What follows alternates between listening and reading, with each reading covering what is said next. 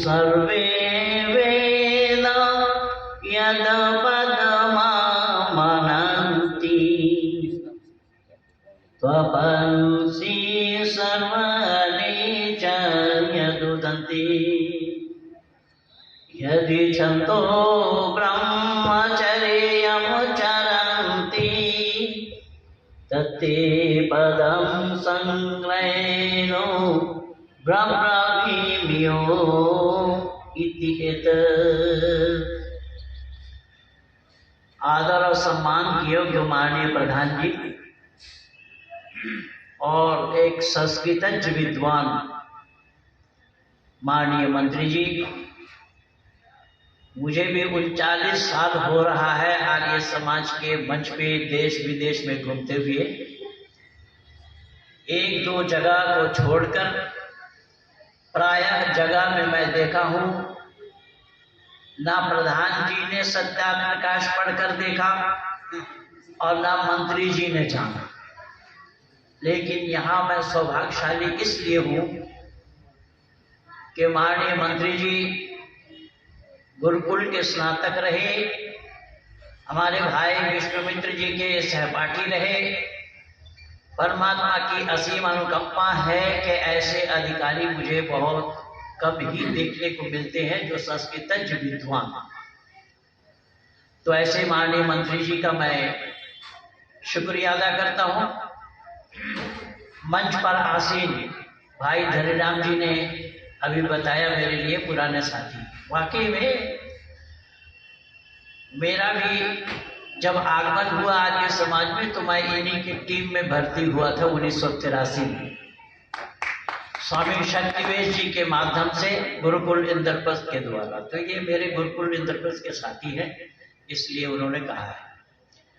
भाई आचार्य विष्णुमित्र वेदार्थी जी जो हमारे बड़े ही हृदय के निकट वास करने वाले हैं, हमारे पुराने साथी हैं, बहुत जगह हम लोग मिलते रहते हैं। परमात्मा की असीम अनुकंपा है कि ऐसे विद्वानों के सानिध्य मुझे प्राप्त होता रहता है। बहन अलका जी और सभा में उपस्थित धर्म पे सज्जन मान्य मातृशक्ति, बीच में कुछ गैपिंग के बाद पुनः मैं आप लोगों का दर्शन कर पाया हूँ। इस बिना पर मैं परम पिता परमात्मा का धन्यवाद ज्ञापन करता हूँ। माननीय मंत्री जी ने मेरे लिए एक विषय दिया है और आप सब लोग भी सुन चुके हैं। वो विषय है कि मूर्ति पूजा क्या केवल हिंदुओं के पास है या इस्लाम वाले भी मूर्ति पूजा करते हैं? वैसे सही पूछिए तो केवल इस्लाम वाले ही नहीं, सभी जगह मूर्ति पूजा है। पर उस विषय में आने से पहले मैं एक बात अपने तरफ से जोड़ना चाहूंगा। वो ये है कि प्रायः लोग कहते हैं कि हम निर्धन हैं, हमारे पास धन नहीं है, पैसा नहीं है। अभी आचार्य जी भी बतला रहे थे अपने वक्तव्य में कि पीने के लिए पानी भी नहीं है। लेकिन मैं एक पते की बात आज आप लोगों से पूछता हूं कि जो लोग ये कहते हैं कि हमारे पास धन नहीं है, अगर आप 2 लाख या 5 लाख दे देंगे उन्हें तो क्या वो अपना किडनी आपको देने के लिए तैयार होंगे? आप लोगों से ही पूछ रहा हूँ। नहीं। हाँ जी, नहीं दे। अभी तो बता रहे थे कि कुछ नहीं है, धन धनी है।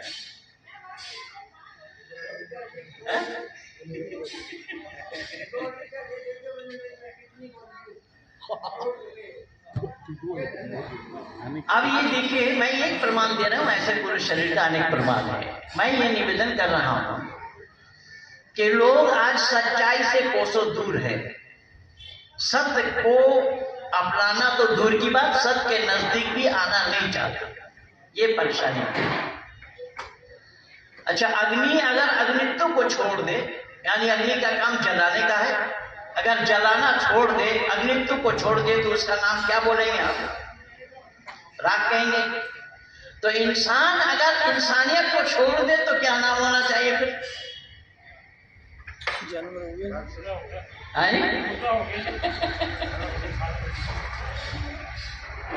सब जगह इसी बात को लागू करते चले जाइएगा कि परमात्मा का इतना बड़ा एहसान जो ऋषि दयानंद ने बताया, किसी और से बताया जाना संभव नहीं हुआ।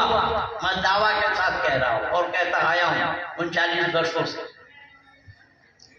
ऋषि दयानंद ने जो खोज करके परमात्मा का पता दिया और ऋषि दयानंद ने जो परमात्मा का एहसान मानव पर किया हुआ है, दुनिया पागल है, एहसान फरामोशी करने लगे हैं, उस परमात्मा को जानने का समझने का प्रयास ही नहीं किया। और जो लोग जिसे बतलाया उसे ही सत्य मानकर मरीचिका को ही पानी समझने लगे, जिसका नतीजा आज हमारे और आपके सामने है। तो मैं 5 से शुरू कोई लिमिट नहीं है कि आप करो। नहीं, अतिशयोक्ति ठीक नहीं है। तो परमात्मा की असीम अनुकंपा है। ऋषि दयानंद ने परमात्मा की असीम अनुकंपा को जाना और ऋषि ने कहा मानव मात्र के लिए अगर पूजना है तो एक परमात्मा को छोड़कर किसी की भी पूजा नहीं होनी चाहिए। और जो ईश्वर स्तुति प्रार्थना उपासना के हम 8 मंत्र बोलते हैं, उसमें कई मंत्र का प्रमाण है। ओम सनो बंधुर्जनिता सविधाता धामानि वेद रूलानि विश्वा यत्र देवामृतमानशान सिंधि धामन धैर्य। ऐ लोगों, वो परमात्मा सब लोगों के भ्राता के समान सुखदायक, सब लोगों का नाम स्थान और जन्मों को भी जानता है। कारण सबका राजा है, आचार्य है, न्यायाधीश भी है। इसलिए क्या करना चाहिए? तो ऋषि दयानंद लिख रहे सब मिलकर उसी की ही उपासना करनी योग्य है। ये एक पक्ष ये आया। दूसरा पक्ष मैं बतला रहा हूं कि कुरान के मानने वाले इस्लाम के जानकार लोग ये कहते हैं कि हम एक अल्लाह को छोड़कर और किसी की भी उपासना नहीं करते, लेकिन ये सच्चाई नहीं है। मैं एक एक करके कुछ प्रमाण प्रस्तुत कर रहा हूं। जैसा कि माननीय मंत्री जी ने बड़े गंभीरता के साथ मेरे विषय का चयन किया है, तो मैं भी चाहूंगा कि विषय का प्रतिपादन हो। इस्लाम में एक ईश्वरवाद ना था, ना है और ना होना संभव है। हिंदुओं से बढ़कर मूर्ति पूजा इस्लाम वालों के पास है। आप लोग भी आश्चर्यचकित हो रहे होंगे कि इस्लाम वाले तो मूर्ति पूजते नहीं, पर मूर्ति पूजा इस्लाम में बताया जा रहा है। भले ही मूर्ति पूजा ना हो, लेकिन व्यक्ति पूजा तो है। व्यक्ति पूजा से अलग नहीं। जैसा उदाहरण के रूप में जो इबादत करते हैं, उपासना के लिए कहते हैं, तो उपासना नमाज को कहा जाता है। क्या अस्सलातु मेराजुल मोमिनीन, हदीस में आया है कि नमाज क्या है कि मेराज है मोमिनों के लिए। मेराज के माने होता है अल्लाह से दीदार करना, अल्लाह से मिलना, जैसा कि मोहम्मद साहब ने मिला। तो मुसलमानों के लिए कहा गया अस्सलातु मेराजुल मोमिनीन, मोमिनों के लिए मेराज है नमाज पढ़ना। पर नमाज अल्लाह के लिए, शब्द पर ध्यान देना, मैं मेहनत आप लोगों के लिए ही कर रहा हूं ताकि आप लोगों के दिल और दिमाग में कुछ बातों को भर सकूं। नमाज किसके लिए है? अल्लाह के लिए। और हमारे यहाँ उपासना किनके लिए बताया? परमात्मा के लिए। मैं थोड़ा हाथ जोड़ूंगा, विनती करूंगा, अगर मेरी बात को समझ रहे होंगे तो हामी भरने के लिए कोई टैक्स लगेगा और मैं ये समझ जाऊंगा कि वाकई में मैं लोकालय में बोल रहा हूं। इसलिए मैं पूछना चाहता हूं आप लोगों से कि मेरी बात समझ में आ रही है क्या? जब भी मैं हरियाणवी बोली नहीं जानता, हाँ प्रयास करूंगा तो बोल भी सकता हूँ, क्योंकि मैं भी हरियाणा का ही प्रोडक्ट हूँ, गुरुकुल इंद्रप्रस्थ हरियाणा में ही है। तो कहने का तात्पर्य मेरा यह है कि एक परमात्मा को छोड़कर और किसी की भी उपासना नहीं करनी चाहिए। ऋषि दयानंद वेद का प्रमाण देते हुए कह रहे हैं, एक परमात्मा को छोड़कर और किसी की भी उपासना नहीं है। कुरान वाले भी कहते हैं एक अल्लाह को छोड़कर किसी की भी इबादत नहीं है। अब आइए मैं प्रमाण दे रहा हूं, कहां तक सही। मैंने ये बोला कि नमाज जो पढ़ते हैं वो अल्लाह की इबादत है, अल्लाह की उपासना है। तो जब नमाज पढ़ने से पहले अजान पुकारा जाता है, और अभी 2-3 जगह उस पर विवाद हुआ। बम्बई में सोनू निगम ने किया, इलाहाबाद में इलाहाबाद यूनिवर्सिटी के वाइस चांसलर श्रीवास्तव जी ने की भी, और उस पर मेरा वीडियो भी बना हुआ है। मैं इसलिए वीडियो बनवा रहा हूं ताकि 2 लाख लोगों में आपका ये कार्यक्रम पहुंचा दूं। परमात्मा की असीम अनुकंपा है, मेरा चैनल कोई छोटा नहीं है। मैं अपने आप ही अकेले अपने बलबूते पे ये चैनल खड़ा किया। तो मैंने निवेदन किया कि अल्लाह की उपासना है क्या? नमाज। तो नमाज के लिए पहले बुलाना पड़ता है। किनको? नमाजियों को, जिसका नाम अजान है। अजान माने बुलावा। किनको बुलावा? नमाजियों को। उसमें बोल है, मैं बोल करके ही सुना देता हूं। हय्या अलस सलाह,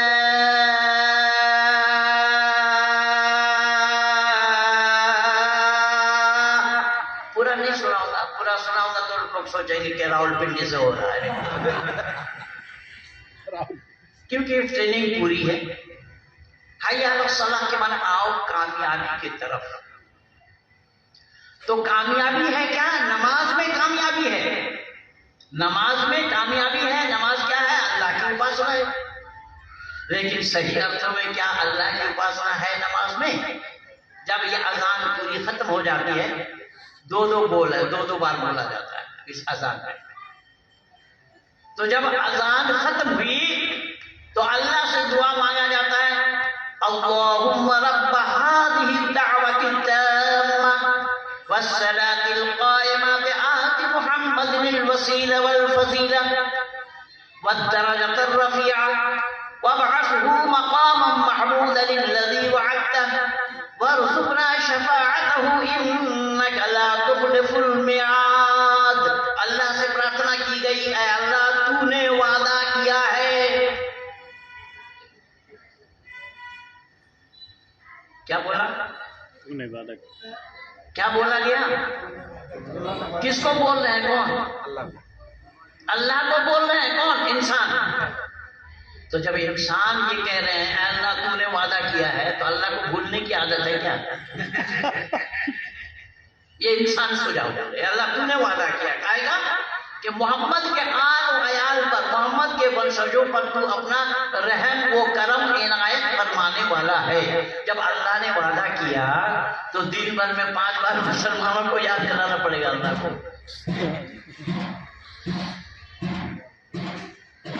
जो मैं रूट दे रहा हूं इस पर विचार करिए। तो फिर एक अल्लाह की उपासना कहां से हुई? या तो मोहम्मद साहब में है, और अज़ान में भी कहा गया अशहदु अन्ना मुहम्मदन रसूलुल्लाह।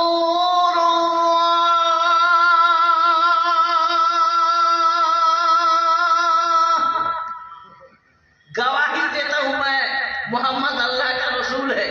अरे भाई, नमाज अल्लाह के लिए, नमाज पढ़ने वाले नमाजी तो अल्लाह के लिए नमाज पढ़ रहे हैं और मोहम्मद के नबी होने की, रसूल होने की गवाही दे रहे हैं। क्या मतलब हुआ इसका? तो मैं बहुत पहले सुना, जब मैं आर्य समाज में आया नया ना, तो मैं सुना कि लोग ऐसे ही कहावत करते हैं भाई धनीराम जी जैसे। किसी तेली ने कहा कि जाट जाट तेरे सर पे खा, तो जाट ने सोचा भाई ये तो तू बंदी किया पर इसको भी जवाब देना चाहिए। तेरे सर पे कोलू, बोले तुम बंदी तो हुए पर तुम बंदी से क्या मतलब, कोलू के वजन से तो मरेगा। जी हमें बात नहीं हो रही। नमाज अल्लाह के लिए, नमाजी नमाज पढ़ते हैं अल्लाह के लिए, और गवाही दी जा रही है मोहम्मद के रसूल होने की, और इससे बड़ी पूजा और अल्लाह को छोड़कर दूसरे का और क्या है। ये पहली बात। दूसरी बात यह है कि मूर्ति पूजा है या नहीं, ये तो अजमेर में ही जाने से पता लगेगा। हमारे माननीय प्रधानमंत्री जब गुजरात के मुख्यमंत्री थे उस समय तो टोपी नहीं पहनी थी, लेकिन जब प्रधानमंत्री बने तो 2-2 बार चादर चढ़वाए, गए नहीं भेजा। अटल जी भी भेजे 40-40 मीटर का चादर। मैं उसी दिन ही वीडियो बना करके दिया कि शायद इन लोगों के रिश्तेदार लगते हो। और वहां अजमेर में जो जाते हैं, अजमेर में जाकर के ख्वाजा से कहते क्या है, तेरे दरबार से खाली नहीं जाऊंगा ऐ अजमेर वाले ख्वाजा, ऐ अजमेर वाले ख्वाजा। अब तेरे उसके दरबार से खाली नहीं आना चाहते हो तो उससे मांगने के लिए तो गए। तो अल्लाह की इबादत हो रही है, पूजा हो रही है, या मजार की, या मजार में सोए हुए लोगों की। दूसरा, तीसरा भी मैं बता, जब ये हज करने के लिए जाते हैं तो जिद्दा में जाकर के मक्का और मदीना जाने से पहले वहां इनकी हाजिरी लगती है। अल्लाहुम्मा लब्बैक अल्लाहुम्मा लब्बैक अल्लाहुम्मा लब्बैक, ऐ अल्लाह मैं हाजिर हूं, ऐ अल्लाह मैं हाजिर हूं, ऐ अल्लाह मैं हाजिर हूं। भारत में हाजिरी नहीं लगती। भारतवासियों ध्यान रखना, भले ही मुसलमान रह रहे भारत में किंतु भारत में उनकी हाजिरी नहीं लगती। और यूपी के चुनाव में मुस्लिम बहुल क्षेत्र को भी आप देखेंगे भाजपा को वोट नहीं पड़ा है, एक मुश्त वोट मुसलमानों को दिया है। मुसलमानों ने कभी इस देश को अपना देश ना माना है और ना मानने की अनुमति इस्लाम में है। इस्लाम में मानने की अनुमति नहीं है। तो वहां जाकर के ये हाजिरी लगा रहे, अल्लाह मैं हाजिर हूं, अल्लाह मैं हाजिर हूं। हज करने के लिए अब आगे बढ़े, मक्का और मदीना का परिक्रमा किया। मक्का और मदीना का परिक्रमा करने के बाद वहां पर शैतान को कंकड़ी मारी जाती है, शैतान को पत्थर मारा जाता है। पर शैतान है क्या, एक पिलर गड़ा हुआ है, स्टील का एक पिलर गड़ा हुआ है, उस पिलर को शैतान मानकर पत्थर मार रहे। अच्छा, इसका नाम माई है। मैं अगर पिलर मानूं तो अरे मान सकते हैं? आपको प्रधान पद से इस्तीफा दे देना चाहिए। माई को हम पिलर मान सकते हैं क्या? तमाशा की बात कर रहे हैं। जो वस्तु जैसा है उसको वैसा ही जानना और मानना, ये मानवता है, ये मानवता विरुद्ध है माई को पिलर मानना। यही तो कवि ऋषि दयानंद ने दिखाया है कि जो वस्तु जैसा है वैसा ही ठीक वैसा ही जानना, मानना, कहना, ये है मानवता। यह सर के सदर में भेजे देता, हर बात के तर्क के कसौटी पे कसते हुए सही और गलत का निर्णय लेना है, मानना है। जो वस्तु जो नहीं है उसको मानेंगे, कैसे मानेंगे? वो है नहीं है। और पिलर है, पिलर को कंकड़ मार रहे हैं और कह रहे हैं कि शैतान को मारा जा रहा है, और प्रत्येक वर्ष ये शैतान को मार रहे हैं अग्रसर, फिर शैतान तैयार। और यहां भी इन्होंने ऐसा ही किया, हिंदुओं ने। ये हर वर्ष रावण जलाते हैं अग्रसर, फिर रावण तैयार। ना ये रावण को मार पाए ना वो शैतान को मार पाए, यानी छेदी लाल और सोराखी लाल दोनों बराबर हैं। ऋषि दयानंद ने साफ शब्दों में मना किया है कि ये गलत हो रहा है, ये तरीका गलत है। जो वस्तु जैसा है उसको ठीक वैसा ही जानो, मानो और कहो। जो वस्तु जो नहीं है उसको वो कहोगे तो वो मानवता विरुद्ध है। इसलिए तो मैं पहली बैठते ही बोला था कि मानवता लोप हो रहा है। मानवता को हम छोड़ते चले जा रहे हैं। मानवता क्या है उसको हमने जानने का प्रयास ही नहीं किया। मानव नाम हमारा क्यों पड़ा उसको हमने सोचने के लिए भी हम तैयार हैं। ये सब दुर्भाग्य है और इन दुर्भाग्य को जब तक हम तिलांजलि नहीं देंगे, इन असत को जब तक हम तिलांजलि नहीं देंगे तो हम मानव कहलाने के हकदार नहीं बनेंगे। अब जो शैतान नहीं है उसको शैतान मानना, शैतान जानकर उसको कंकड़ मारना, ये सही है या गलत है? तो मूर्ति पूजा नहीं तो और क्या है? ये तो मूर्ति पूजा करते हैं हिंदू और वो कब्र को भी पूछते हैं, उस पर चादर चढ़ाते हैं। जबकि हदीस में कब्र को पक्का ना बनाओ, ना चादर चढ़ाओ उस पर और ना बैठो उसके नजदीक, साफ मना है। लेकिन ये करते हैं। अगर देवबंदी वाले भारत में नहीं करते हैं, देवबंदी वाले कहते हैं कि हम मूर्ति पूजक नहीं है, वो बरेलवी वाले मूर्ति पूजक है। बरेलवी वाले तो यहाँ तक कहते हैं कि वो साफ है, वो लोग जो कहते हैं बशर है। अर्थात बरेलवी अकायद के लोग ये मानते हैं कि मोहम्मद का पहला लेटर मीम है और मीम पर पर्दा पड़ा हुआ है, पर्दा उठ गया तो अल्लाह मोहम्मद है, मोहम्मद अल्लाह है। और ऋषि दयानंद बतला रहे हैं कि इससे बड़ा शिर्क और क्या है, इससे बड़ा मूर्ति पूजा और क्या है। और कुरान गवाह है, वातिउल्लाह वातिउर रसूल, इताअत करो मेरी और मेरे रसूल की। अल्लाह को कोई पाना चाहता है तो पहले मोहम्मद को पाना पड़ेगा, मोहम्मद को पाए बिना कोई अल्लाह को नहीं पा सकता। इससे बड़ी मूर्ति पूजा और क्या है।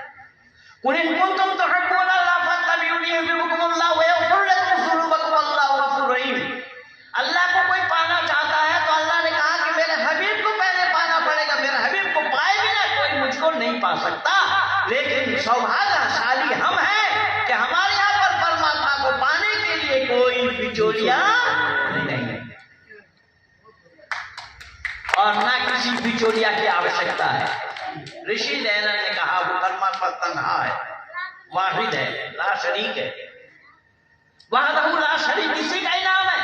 अब अरबी जुबान में कहा तो लोगों ने ठीक कि वहदहू ला शरीक है, लेकिन अल्लाह को कहा गया है उसकी कोई शरीक नहीं। लेकिन हर जगह अल्लाह ने मोहम्मद को शरीक बना रखा है, इसके बावजूद भी कह रहे हैं कि मूर्ति पूजा नहीं। ऋषि दयानंद को कहना पड़ा इसीलिए कि मूर्ति पूजा नहीं है, ये कहना इस्लाम वालों के लिए जायज नहीं है, ना किसी मतांतर वालों के लिए जायज है। क्योंकि हर मतांतर में सबका एक प्रतिनिधि है, उस प्रतिनिधि को माने बिना कोई उस मत का अनुयायी नहीं हो पाएगा। जैसा लोग बौद्ध धर्म कहते हैं जबकि धर्म नहीं है, बौद्ध मत है। बौद्ध मत के मानने वाले जो बौद्धिस्ट हैं वो बुद्ध को माने बिना बौद्धिस्ट बन जाएंगे। क्या ख्याल है आप लोगों का? हाथ जोड़ रहा हूं, विनती कर रहा हूं। नहीं माने। महात्मा बुद्ध को महात्मा माने बिना बौद्धिस्ट बन जाएगा क्या? नहीं। महावीर स्वामी को माने बिना कोई जैनी बन जाएगा क्या? नहीं। कोई ईसा मसीह को माने बिना ईसाई बन जाएगा क्या? नहीं। कोई हजरत मोहम्मद साहब को माने बिना कोई मुसलमान बन जाएगा क्या?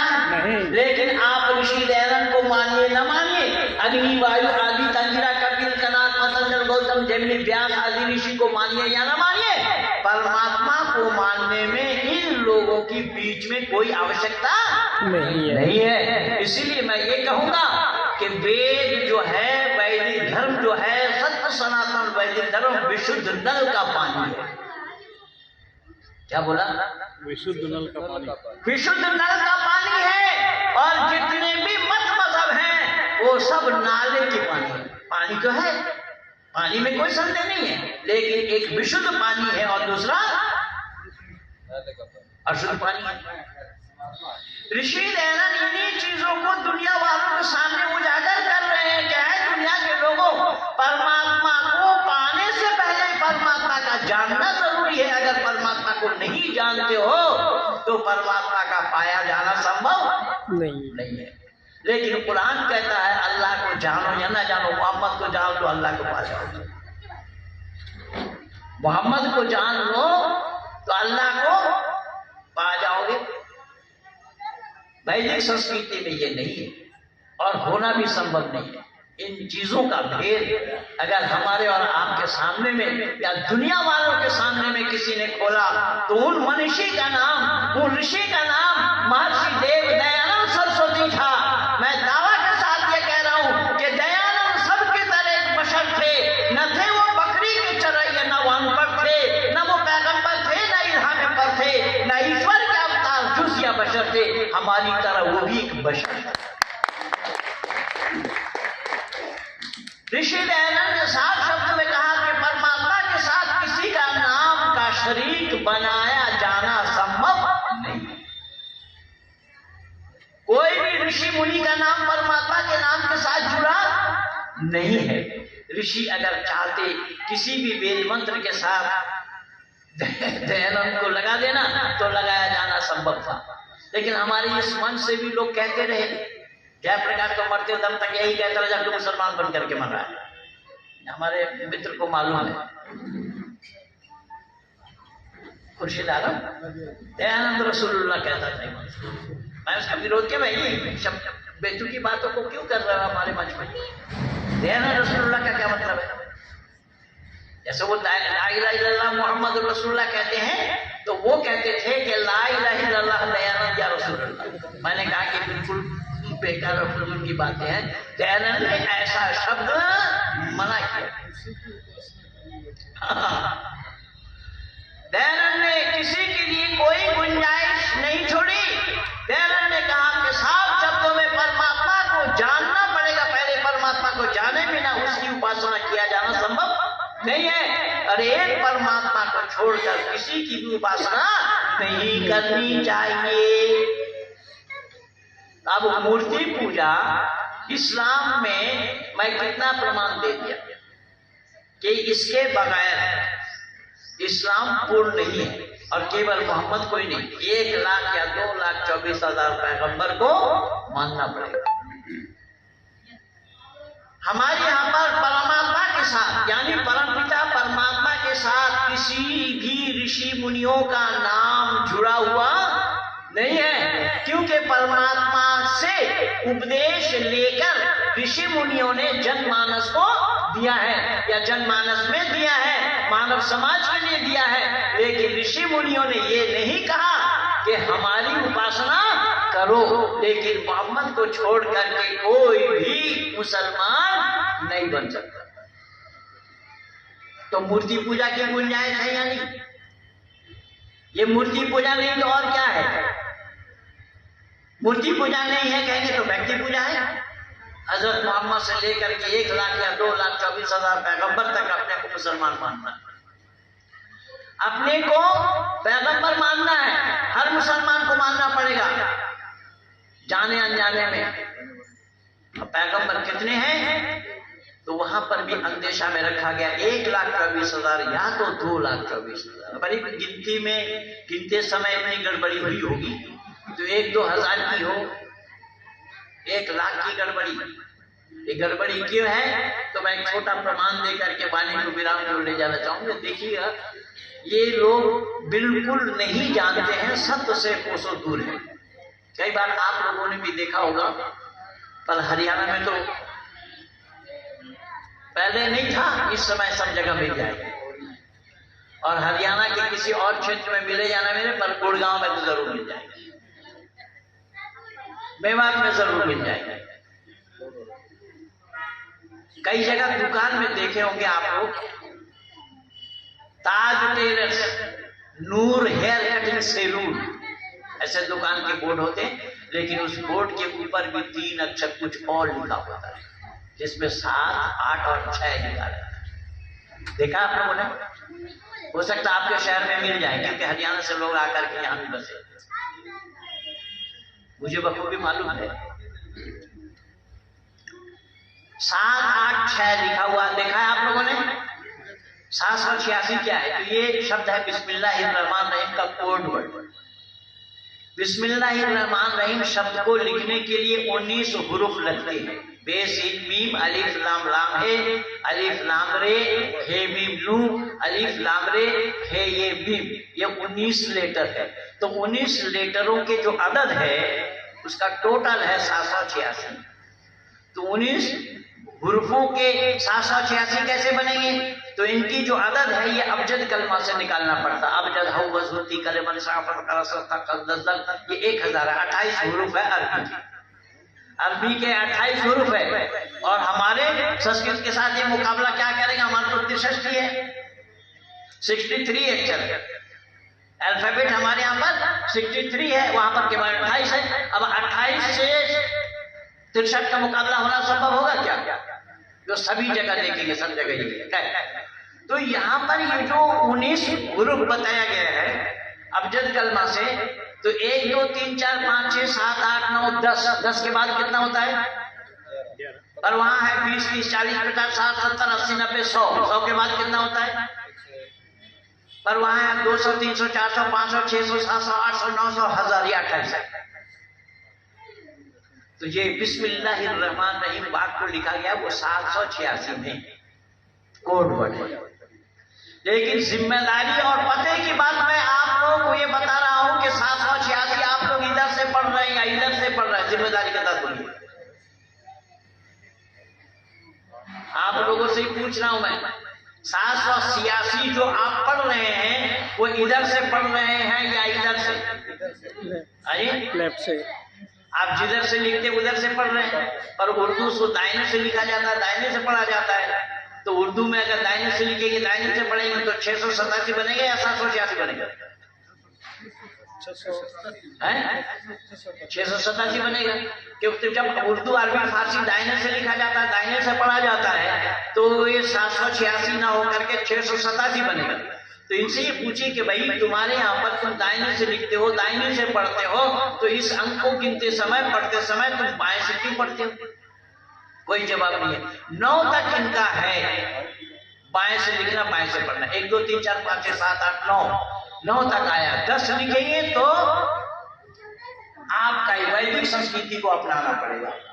तो कहने का तात्पर्य मेरा यह है कि सत्य सनातन वैदिक धर्म को ऋषि दयानंद ने बड़े अंदाज से देखा, जाना, समझा, परखा, तभी मानव समाज के सामने उजागर किया कि ऐ दुनिया के लोगों, हमारे यहाँ पर मूर्ति पूजा की कोई भी गुंजाइश नहीं है। मूर्ति पूजा वेद में नहीं है। परमात्मा को छोड़कर और किसी की भी उपासना नहीं करते। परमात्मा को छोड़कर और किसी की भी उपासना नहीं करनी चाहिए, ये कह रहे हैं ऋषि दयानंद।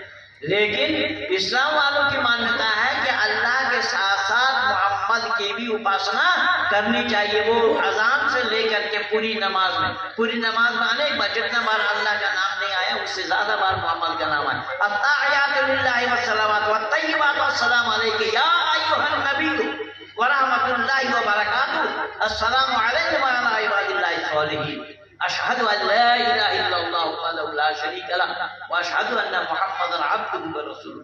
ये यानी पूरी नमाज में अल्लाह से ज्यादा बार मोहम्मद का नाम लेना पड़ा। तो ये व्यक्ति पूजा, मूर्ति पूजा नहीं तो और क्या है?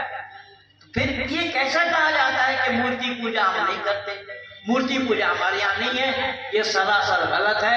मैंने ये दोनों जगह से प्रमाण आप लोगों के सामने प्रस्तुत किया है कि वेद में एक परमात्मा को छोड़कर और किसी की भी उपासना नहीं है।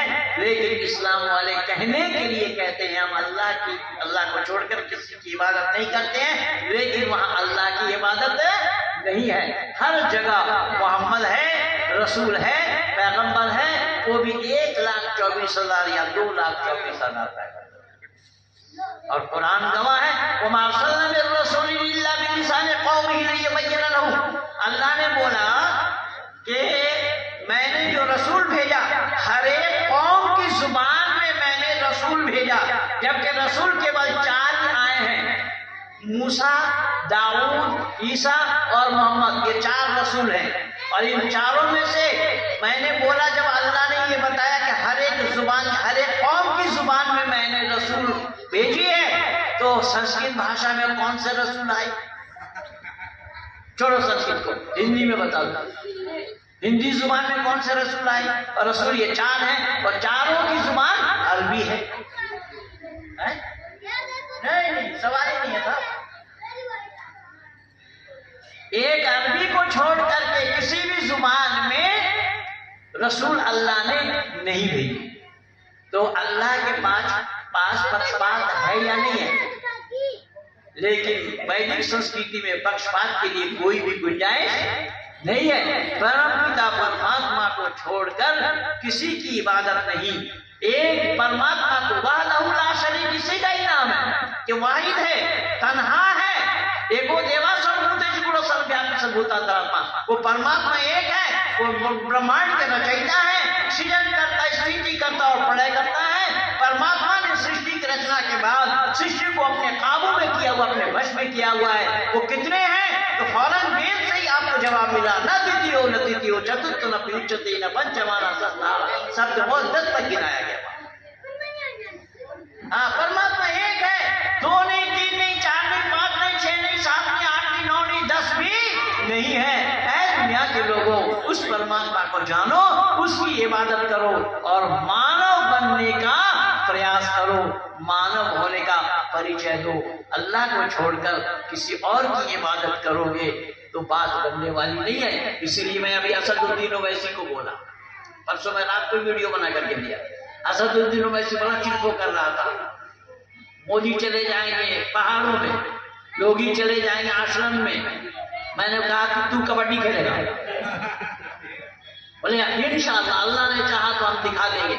मैंने कहा इंशाअल्लाह सब भी गलत है। जब अल्लाह ने चाहा ये बता रहा तू, अल्लाह ने अभी नहीं चाहा। अल्लाह को अभी क्या बीमारी हुई जो अब चाहने में और आगे जाके के चाहने में अंतर क्यों आ रहा है? अल्लाह ने अभी नहीं चाहा।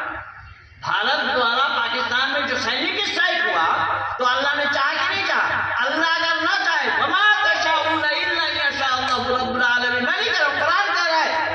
अल्लाह ने कहा तुम्हारे चाहे बगैर कुछ नहीं होता जब तक मैं ना चाहूं।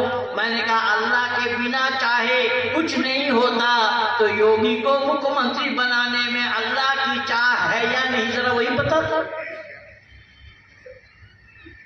ये सब बेकार और फजूल की बातें करते हैं। इसीलिए मैंने निवेदन किया, ये सारा खजाना मुझे अगर कहीं से मिला है वो ऋषिवर देव दयानंद से मिला है। अगर दयानंद अपने आगोश में ना लेते होते तो फिर मौलवी महबूब अली को महेंद्रपाल बनाया जाना संभव नहीं है।